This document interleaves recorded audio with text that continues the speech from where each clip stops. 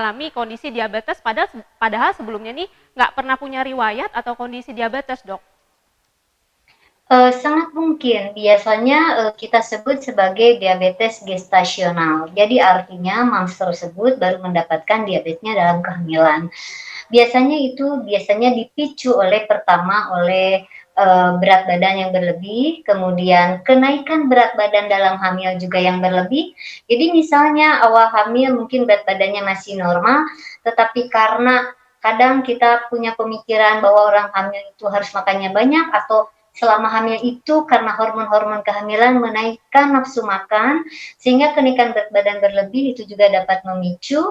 Uh, jadi atau memang sebelum kehamilan atau pada masa prakonsepsional sebetulnya sudah ada uh, diabetes yang sebetulnya belum tidak terdeteksi, karena kebanyakan para anak-anak muda sekarang atau moms atau juga para ibu-ibu, calon ibu-ibu, gaya hidup mungkin kebanyakan jajan barangkali ya, karena banyak sekali penawaran-penawaran minuman-minuman yang ready to drink, yang terlalu banyak gulanya. Sehingga kita boleh saja kita jajan, boleh saja kita makan apapun, tetapi tetap kita harus ada kontrolnya. Oke, jadi jajan boleh dengan kondisi hamil nggak berarti ada alasan buat makan atau minumnya nih buat si dedeknya gitu ya, Dok ya. Tetap harus dikontrol ya, Moms ya. Nah, oke, Iya, Dok. Kalau untuk misalnya nih ada ibu hamil yang ternyata sudah mengalami kondisi diabetes nih, Dok ya. Nah, apakah itu akan berpengaruh kepada kesehatan bayi yang dikandungnya, dan apakah ibu dengan diabetes ini mungkin mengalami kondisi-kondisi permasalahan kehamilan seperti preeklamsia ataupun mungkin bayi prematur gitu, Dok? ya, jadi diabetes itu baik itu yang pragestasional diabetes, jadi mominya udah ada diabetes sebelum hamil, dengan demikian juga yang diabetes gestasional itu pasti akan berpengaruh terhadap kehamilan. Pengaruh terhadap kehamilan, pengaruh kepada janin, juga pengaruh terhadap ibunya. Jadi biasanya pengaruh-pengaruh itu karena diabetes, misalnya ini terjadinya pada trimester awal, biasa sering menyebabkan keguguran misalnya, atau misalnya terjadinya pada trimester lanjut, itu biasanya sering menyebabkan prematuritas, kemudian terhadap ibunya menyebabkan preeklamsia, kemudian bisa juga menyebabkan fetal demise, jadi misalnya tiba-tiba bayinya nojibilan mendalik meninggal misalnya. Kemudian makrosomia, bayinya menjadi sangat besar sehingga otomatis akan mengganggu proses persalinan. Dengan proses persalinan bayi besar dipaksakan lahir normal, kadang berhasil, kadang tidak, bisa trauma ke janin dan trauma ke organ sekitar. Kemudian juga pada diabetes pragestasional yang tipe 1 itu tidak jarang juga akan menyebabkan kelainan pada janin. Demikian. Oke, baik, Dok. Nah, kalau misalnya untuk kondisi ibu dengan diabetes itu sendiri, Dok, sebenarnya apakah ada tetap proses pengobatan yang dilakukan atau adakah tetap obat-obatan yang harus dikonsumsi oleh ibu hamil ini, Dok, selama kehamilannya? Tergantung kepada stadium dan maksudnya bukan stadium, mungkin tergantung kepada level kadar gula darah. Nanti kadar gula darah ibu akan dicek, misalnya kadar gula darahnya biasanya orang sudah masuk ke dalam diabetes gestasional, gula darah sewaktunya misalnya 200 miligram per desiliter lebih, kemudian juga kita cek HbA1-nya, kemudian kadang kita juga cek glukosa toleransi test. Kalau ternyata itu menunjukkan ada penyimpangan, nah itu baru kita lakukan terapi. Kalau yang level ringan biasanya kita berikan diet, cukup dengan diet saja. Misalnya karena kehamilan itu sedang dalam masa pertumbuhan sehingga kita tetap memerlukan zat-zat pembangun seperti protein. Misalnya jumlah proteinnya tetap banyak, tetapi karbohidrat dan yang manis-manisnya kita kurangi. Tetapi untuk kondisi yang lebih berat, itu biasanya kita berikan insulin. Jadi selama hamil, ibu itu akan selalu disuntik dengan insulin. Apakah itu 2 kali atau 3 kali setiap akan makan diberikan insulin karena untuk mengontrol gula darahnya. Ya demikian. Oke. Nah, diabetes pada ibu hamil itu sendiri apakah bisa sembuh, Dok? Eh, pada umumnya kalau diabetes gestasional itu selama hamil dikontrol dengan insulin, tetapi nanti saat postpartum setelah melahirkan juga akan dikontrol kembali. Misalnya dalam proses pengontrolan, nah tentunya akan dilakukan tapering off, jadi penurunan kadar pemberian suntikan insulin itu lama-lama akan diturunkan dosisnya sampai nanti akhirnya dinyatakan bahwa ibu tidak perlu lagi menggunakan insulin, dan tentunya harus dilanjutkan dengan kontrol makanannya. Nah, terkait dengan kontrol makanan nih, Dok. Nah, gimana sih, Dok? Mungkin ada tips atau saran dari dokter untuk mengontrol asupan dan juga sehingga ibu hamil nih bisa tahu kira-kira untuk tahu kadar gula dalam dirinya gitu, Dok. Jadi sebetulnya untuk para mami ya, pertama kita harus menentukan dulu body mass index pada masa prakonsepsional. Jadi sebelum kita hamil, kita harus selalu mengontrol body mass index kita. Jadi biasanya kita ada rumusnya dengan berat badan dibagi tinggi badan kuadrat ya. Nanti akan keluar angka bahwa misalnya kita masuk ke dalam body mass index yang normal, misalnya di antara 17 sampai 24 itu normal. Kalau di bawah 17 kan biasanya underweight. Kalau di atas 24 itu udah overweight. Nah, dengan kita tahu posisi body mass index kita di mana, nanti akan ada rekomendasi kenaikan berat badan selama hamil.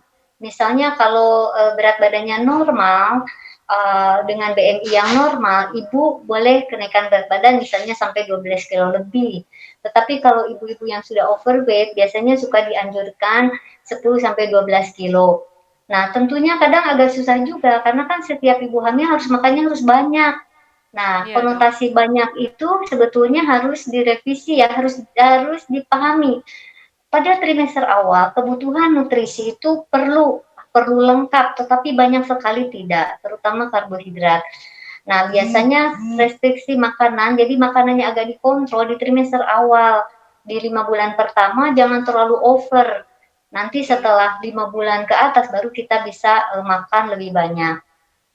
Oke, baik. Jadi Tapi bukan ber, sebenarnya gimana, Dok? tapi bukan berarti trimester awal makannya harus biasa-biasa. Biasa-biasa sebetulnya nggak apa-apa, tapi harus cukup. Mungkin tidak berlebih maksudnya. Oke, jadi sebenarnya bukan soal kualitinya, tapi quality dari makanannya ya, Dok ya. Harus dengan Iya, gizi dan yang seimbang gitu ya, Dok ya. harus disesuaikan dengan kebutuhan tiap semesternya dan disesuaikan dengan body mass index dari ibunya.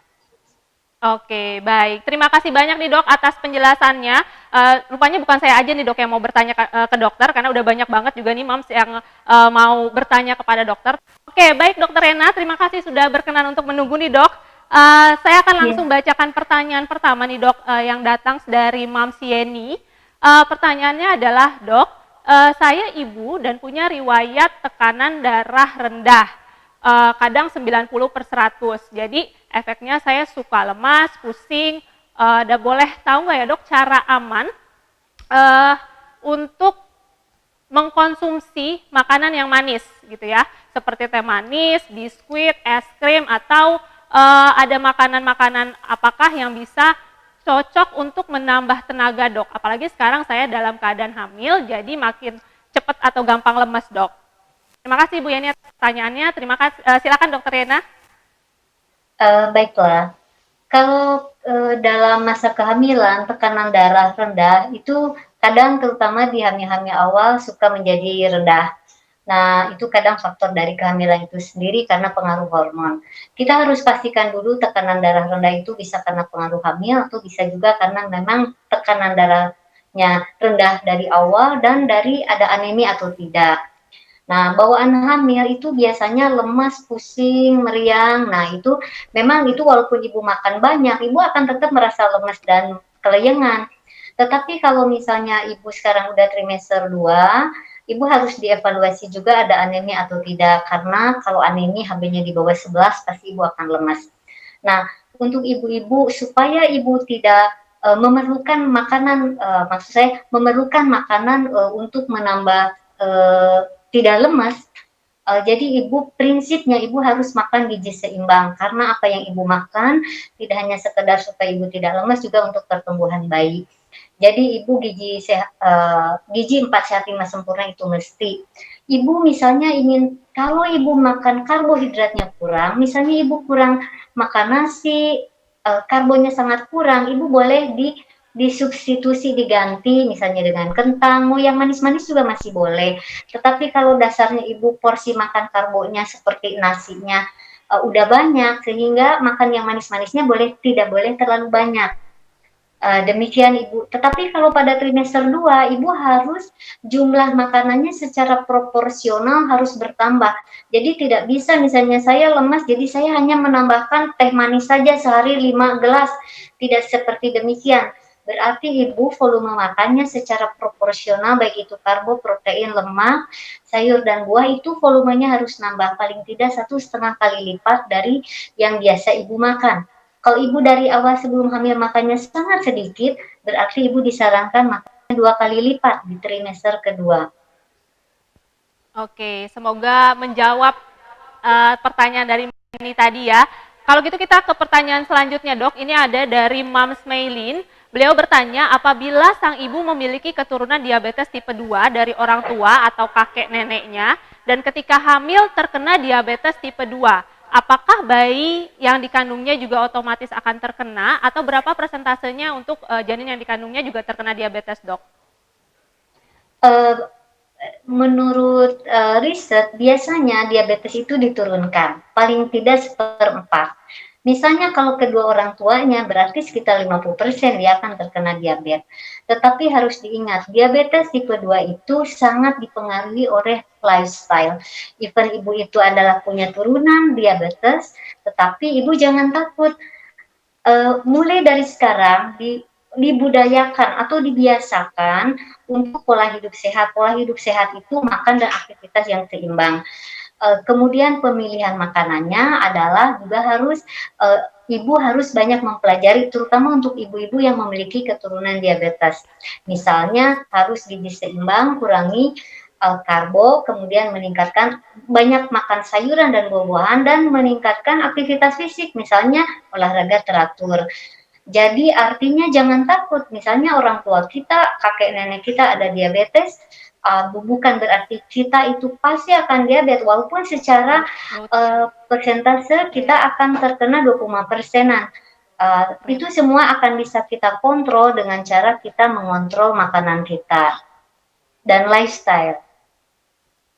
Oke, baik, semoga menjawab pertanyaan Mams Melin tadi ya Mams ya. Dan selanjutnya dok, ada lagi pertanyaan dari Mams Rena nih dok.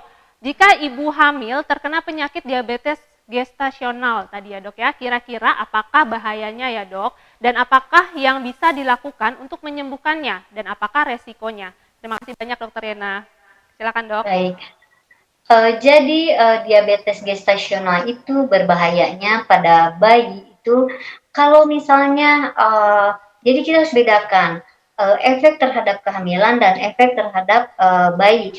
Kalau misalnya efek terhadap bayi itu biasanya akan meningkatkan risiko persalinan prematur, kemudian bayi besar, sehingga dengan persalinan prematur akan meningkatkan risiko respiratory distress syndrome. Jadi bayinya pas lahir pernafasannya enggak seperti bayi-bayi biasa, ada gangguan pernafasan. Kemudian juga akan meningkatkan hiperbilirubin, kejadian bayi kuning, kemudian juga karena bayinya besar, itu akan menyebabkan hipoglikemi. Jadi di saat ibu di dalam perut, dalam kehamilan, bayi itu mendapatkan suplai gula yang banyak dari ibu, sehingga bayi akan merespon tubuhnya mengeluarkan insulin yang banyak.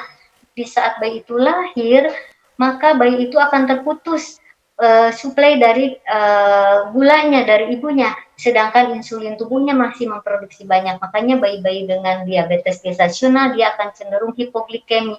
Jadi kebanyakan bayi-bayi tersebut akan dirawat di perinatologi. Sedangkan untuk ibu tadi sudah disampaikan bahwa risiko terjadinya preeklamsi, kemudian juga kalau pada ibu dengan diabetes yang tidak terkontrol bisa menyebabkan kerusakan pada mata, kerusakan pada ginjal, pada persarafan, dan lain sebagainya. Dan pada bayi dengan diabetes gestasional pada trimester akhir, bila tidak dipantau dengan ketat dan tidak diterapi dengan baik, berisiko fetal demise. Nauzubillah min dzalik, kematian janin intrauterin yang tidak diketahui sebabnya. Oke, baik. Semoga menjawab juga untuk pertanyaan Mam Rena. Masih banyak banget nih dok pertanyaan yang masuk. Kita boleh masih lanjut ya dok ya. Yang selanjutnya Boleh. ini dari Mams Jesselyn dok. Pertanyaannya adalah Ya. dok, apakah orang yang nggak ada faktor keturunan diabetes bisa dapat atau terkena diabetes saat hamil? Bagaimana cara mencegahnya selain menghindarkan makanan-makanan pencetus diabetes? Nah, apakah juga bahaya diabetes pada kehamilan kepada bayi yang akan dilahirkan atau berpengaruh kepada bayi yang akan dilahirkan nanti? Sebetulnya pertanyaan tadi dengan sekarang agak sedikit Agak mirip, mirip ya dok ya? Ya. Tapi nggak apa-apa. Mungkin yang perlu saya jelaskan adalah yang paling penting itu kita adalah kontrol makan dan kontrol berat badan. Bukan berarti kita hamil itu kita harus selalu kurus dan langsing, tidak. Tapi artinya proporsional. Jadi pertambahan berat badannya yang proporsional. Apa yang kita makannya harus proporsional. Kebanyakan ibu-ibu tidak mungkin bukan kebanyakan, mungkin saya mengajak para moms untuk lebih belajar lagi apa yang akan kita makan, apa yang akan kita konsumsi oleh keluarga kita. Jadi artinya kita harus tahu apa sih yang mau kita makan, apa sih yang makanan yang akan kita berikan pada keluarga kita. Nah itu kita harus belajar, kita semua harus tahu. Karena sekarang kan sudah bisa dipelajari. Karena apa? Karena industrial sekarang itu banyak sekali penghasil produsen-produsen makanan yang manis-manis dan enak-enak. Nah, sebetulnya tidak masalah kita menikmati itu, tetapi kita jangan sering dan berlebihan. Jadi harus ada kontrol. Kemudian tadi tuh pertanyaannya gimana lagi, Mbak? Kalau misalnya sebentar ya dok. Nah, gimana tadi udah cara cegah makanannya? Oh, kalau misalnya sebelumnya nggak ada faktor keturunan dari ibunya gitu ya dok. Maksudnya dia nggak punya keluarga yang diabetes sebelumnya. Nah, pada saat hamil tuh mungkin nggak dia akan terkena diabetes? Kemungkinan ada, tapi kecil kemungkinannya. Oke, baik. Jadi Ya, kalau kita makan gula berlebihan, kita nanti lama-lama pankreas kita kan menghasilkan insulin. Kalau terlalu banyak gula nanti akan terjadi yang namanya resistensi insulin, sehingga si insulinnya sudah lagi tidak sensitif terhadap gula. Karena dengan adanya keluar insulin, gula yang ada di dalam darah akan dilakukan mobilisasi ke dalam sel-sel untuk menjadi lemak yang disebut gluconeogenesis. Nah, kalau over, nanti insulinnya akan kelelahan, makanya akan disebut dengan resistensi insulin. Itu sangat mungkin terjadi. Karena coba perhatikan, anak-anak zaman sekarang banyak sekali yang PCOS. oke, jadi tadi kalau untuk menyambung pertanyaan dari Mams Jesselyn, meskipun kita nggak punya faktor keturunan diabetes, tetap aja ya Mams ada resiko meskipun kecil gitu ya Mams ya. Jadi tetap perlu diperhatikan kontrol atau makanan yang kita konsumsi gitu ya. Apalagi dalam kondisi hamil, kadang kan mungkin gampang laperan gitu ya, pengennya ngemil melulu, tapi lupa juga bahwa segala asupan itu tetap mesti dikontrol. Balik lagi bukan soal kuantitinya berapa banyak makanan yang kita masuk, tapi quality dari makanan yang kita masuk. Mungkin daripada milih makanan yang ready to serve gitu ya, yang lebih banyak kadar gulanya, bisa diganti dengan sayuran atau buah-buahan mungkin ya, yang bisa lebih punya resiko lebih kecil mungkin ya untuk bisa meningkatkan kadar gula dalam tubuh kita gitu. Karena kalau dari pengalaman saya pribadi nih Mams, kebetulan saya sudah punya 2 orang anak juga. Di kehamilan saya, dulu saya banyak mengkonsumsi jus Mam. Tetapi yang saya lupa, saya tuh penyuka manis juga. Jadi biasanya saya minum jus tetap pakai susu dan juga gula. Bayangin ya Mams ya, udah pakai susu, pakai gula. Begitu cek darah ke dokter langsung, wah gula darahnya tinggi. Gitu ya. Udah tersambung kembali dokter Yana? Iya, Ya, oke. udah nyambung. Sudah sambung kembali ya dok. Kalau gitu tadi pertanyaan Mams Jesselyn sudah terjawab ya dok. Kita akan lanjut lagi ke pertanyaan terakhir ya yang akan kita bacakan. Ada Mams Lina, pertanyaannya adalah mau tanya dok, jika tiba-tiba diabetes datang pada saat kehamilan saja, apakah baby yang dikandung akan punya penyakit diabetes seperti ibunya ketika dia lahir atau dewasa? Jadi sebenarnya hampir sama kayak tadi dok, sebelumnya nggak punya riwayat diabetes, tapi pas hamil tuh darah gulanya tinggi atau bahkan kena diabetes. Nah bayinya itu ada resiko saat lahir kena diabetes atau saat dia besar nanti kena diabetes, mungkin kan dok seperti itu? Mungkin. Mungkin karena kebanyakan bahwa diabetes gestasional itu dipicu oleh NIDDM, yaitu diabetes tipe 2 kebanyakannya. Jadi artinya sangat mungkin sekali dengan ibunya masuk ke dalam diabetes gestasional, untuk terjadinya diabetes pada bayinya itu sangat mungkin sekali. Tetapi sekali lagi saya ingatkan, jangan terlalu khawatir karena diabetes yang didapat dari maksudnya yang diturunkan yang tipe 2, walaupun misalnya ibu itu mendapatkan diabetesnya gestasional saat kehamilan, jadi itu bisa masuk ke dalam tipe 2, berarti yang penting lifestyle-nya yang selalu diperhatikan. Oke, baik. Jadi sebenarnya kembali lagi ke lifestyle-nya tadi ya, dok ya. Baik, Dokter Rena, terima kasih banyak sekali dok atas penjelasannya pada pagi hari ini. Bagi moms yang mungkin sudah bertanya, terima kasih banyak sudah antusias untuk mengirimkan pertanyaan kepada Dokter Rena, tapi mohon maaf sekali tidak dapat kami tampilkan semuanya pertanyaan moms di sini. Dan kalau boleh saya sampaikan sedikit dari apa yang sudah tadi Dokter Yena sampaikan, bahwa sebenarnya untuk yang paling penting adalah untuk kontrol segala asupan yang masuk ke dalam tubuh moms ya. Perlu diingat bahwa bukan soal seberapa banyak makanan yang masuk, tetapi seberapa berkualitas makanan yang moms konsumsi. Kurang lebihnya seperti itu mungkin ya dok. Ya, dan jangan lupa pesan dari saya untuk para moms, bahwa para moms mulai dari sekarang harus belajar apa yang kita makan, berapa jumlahnya untuk dirinya sendiri dan juga untuk keluarganya. Oke, baik. Terima kasih sekali lagi Dokter Rena atas waktunya. Sampai ketemu lagi dok, kalau gitu mudah-mudahan dokter selalu sehat, kita bisa ketemu lagi secara langsung nanti ya dok ya. Iya, terima Sampai kasih. jumpa dok. Sampai Ya. jumpa.